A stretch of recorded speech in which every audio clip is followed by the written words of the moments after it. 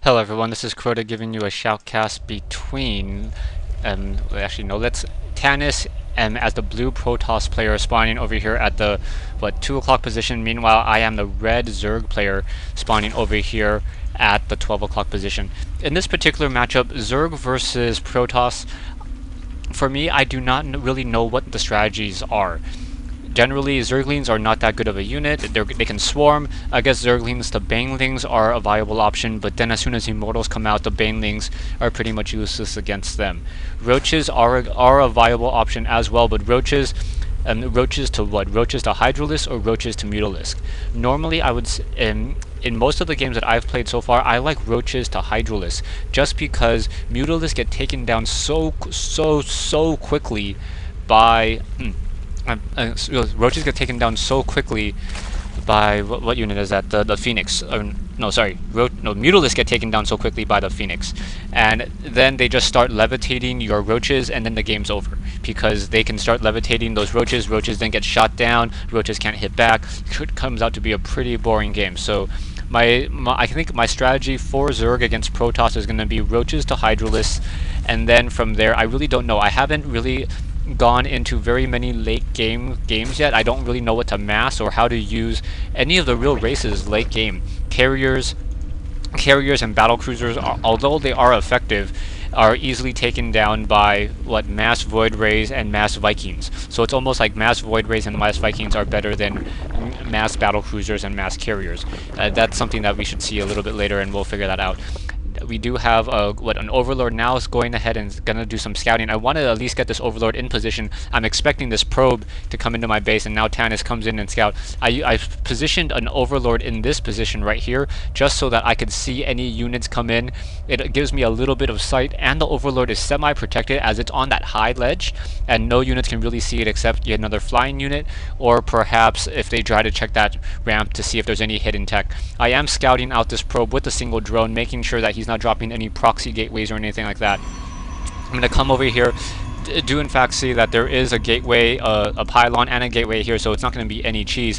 He also is dropping down the cybernetics core, so Tanis now getting this cybernetics core. I should probably study Tanis as well in this Zerg versus Protoss matchup, as my Protoss versus Zerg matchup is a little bit confused as well. I don't really quite know what to get. And right now we see this roach warren being built over here to the side, so I am going to in fact try to go roaches and then try to push up. I'm currently taking a look at the unit or the worker overcount, the income. He's sitting on 18 harvesters compared to my 15, so that chrono boost definitely offering a very nice advantage, and now also getting to the straight robotics facility. So Tanis going for that early robotics facility and not really worried about a very strong harass or rush. That should actually teach me something. Perhaps I should try to do a 7-pool rush on a smaller map. Most Protoss players don't seem to really fortify that much, and if I can try a 7-pool, that may come out to be fairly effective. Now going to come in with 2 Zerglings, but those 2 Zerglings going to get quickly destroyed by those 3 Zealots that are sitting up on this high side. So I don't think I'm actually going to use these Zerglings to go up.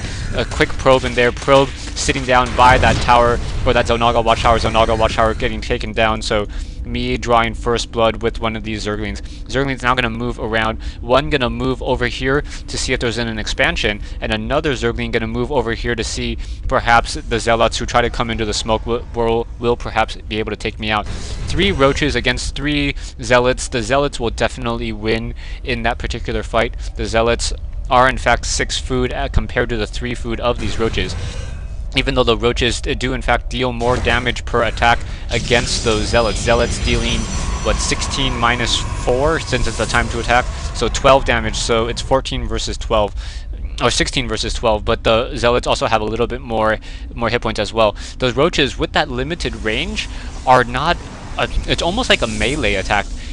But also we have Tanis now getting that immortal, so that early immortal going to be used very effectively. Perhaps I should have tried to go with Zergling's speed upgrades, and then just try to also get that evolutionary chamber upgrade with that Ling attack, and perhaps that would have worked better. 7 roaches against these units right here, trying to focus them down, trying to at least take some damage or take down some of these Zealots down. And I'm going to pause this.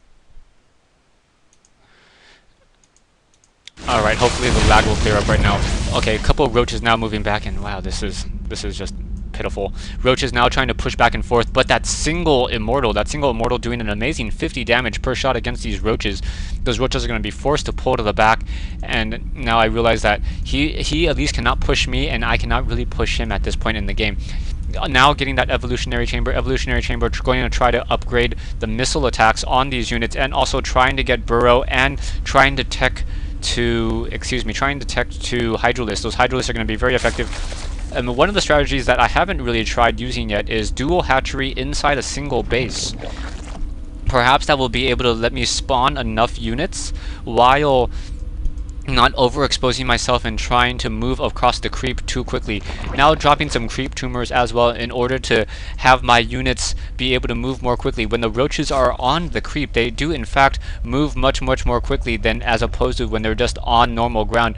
Their move speed is both still normal, but they are in fact faster on the creep. Taking a look at the roaches, the upgrades increase the movement speed, so the evolve reconstitution, the ability to be able to just move faster. I think I need to remember to get that upgrade, as roaches generally move very slowly. I need to get that upgrade. Also dropping down another creep tumor in order to just extend this creep even further.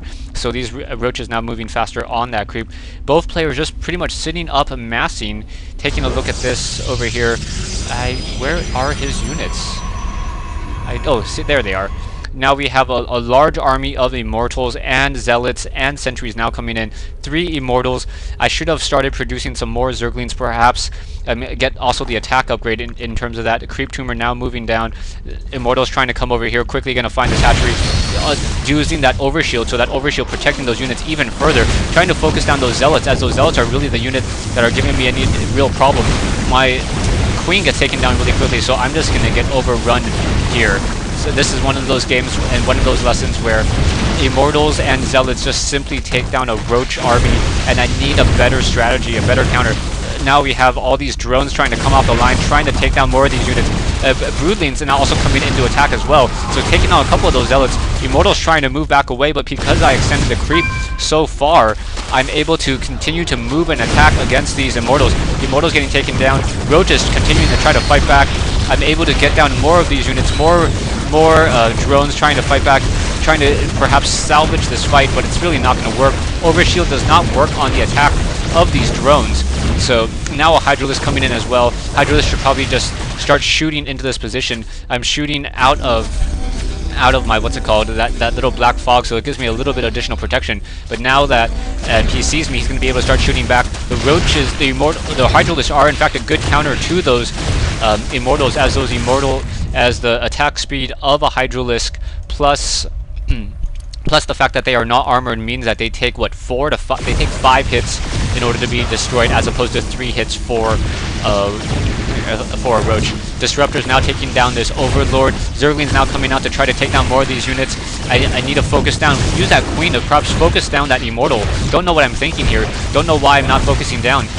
Gonna go ahead and focus down this Queen. I thought I burrowed this Queen in time in order to hide it, so no, unable to burrow that Queen, and now I lose another 150 hit point unit, and also take out a drone. Is a drone stuck in there? Yeah, drones are currently stuck underneath that force field. So I have a couple Zerglings. Taking a look at the income, 10 Harvesters compared to 22. I do in fact have this expansion over here, but that's not. It's going to be too little, too late, as those Immortals going to come in and just destroy these destructible rocks and then just push through. So that is going to be the game. Thanks for watching. Thanks for listening. I hope you guys enjoyed it. I'll go ahead and speed up this portion so you can see Tanis completely finish me off with these Immortals right here. So Zealots now coming through and destroy this last wall. Immortals not upgraded. And now an army of 6 Zealots and 3 Immortals. A single drone now moving back. Gonna see that those units are in fact in play. Gonna try to come back, but I'm not gonna really have enough Zealots trying to fight back against those Zerglings. But that's not gonna really work either. So thanks for watching, thanks for listening. I hope you guys enjoyed this replay and of me just getting my butt kicked. And I hope to give you better replays in the coming days. Also, for those of you guys who are interested in the raffle, today as I post this video on the 9th of March, today is going to be the last day. I'm going to go home and set up the raffle and randomly choose a winner.